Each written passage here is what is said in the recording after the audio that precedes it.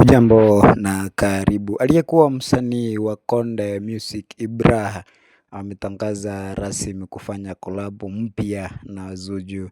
Hatua ambayo imezua mjadala mkubwa miongoni mwa mashabiki wa muziki wa Bongo Flava, haswa wale mashabiki kindakindaki wa Wasafi Record. Maendeleo hayo yameibua maswali kuhusu uhusiano wa Zuju na wasanii waliowahi kuwa chini ya label la Konde Music inayomilikiwa na Harmonize.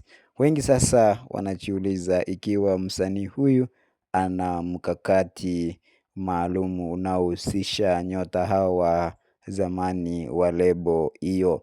Kabla ya kolabo yake, Ibra, Zuju aliwahi kugonga vichwa vya habari baada ya kumzawadia gari aliyekuwa msanii wa Konde Music Angela, jambo lililotafsiriwa na baadhi ya wadau kama ishara ya ukaribu wake na wasanii hao.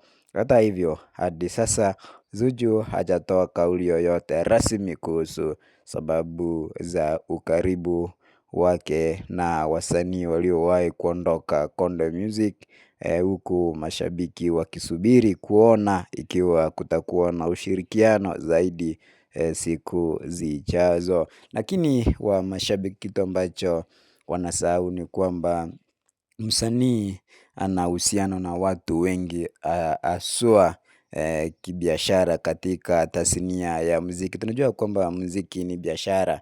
Kwa hivyo tunapoona wasanii wanashirikiana kufanya kolabo, kwa hivyo mashabiki tusije tukaona mbwembwe nyingi, kwa sababu muziki ni kazi kama kazi nyingine, haswa ni biashara ambayo inahitaji faida wala si hasara. Kwa hivyo tunapoona mambo kama haya tusije tukaweka mambo mengi kuchochea, kutia chumvi mambo ambayo hayafai, kitu ambacho kinaweza kufanya wasanii wengi kuoneana gere. Langu jina Lazalia kwa Maskini Msomi.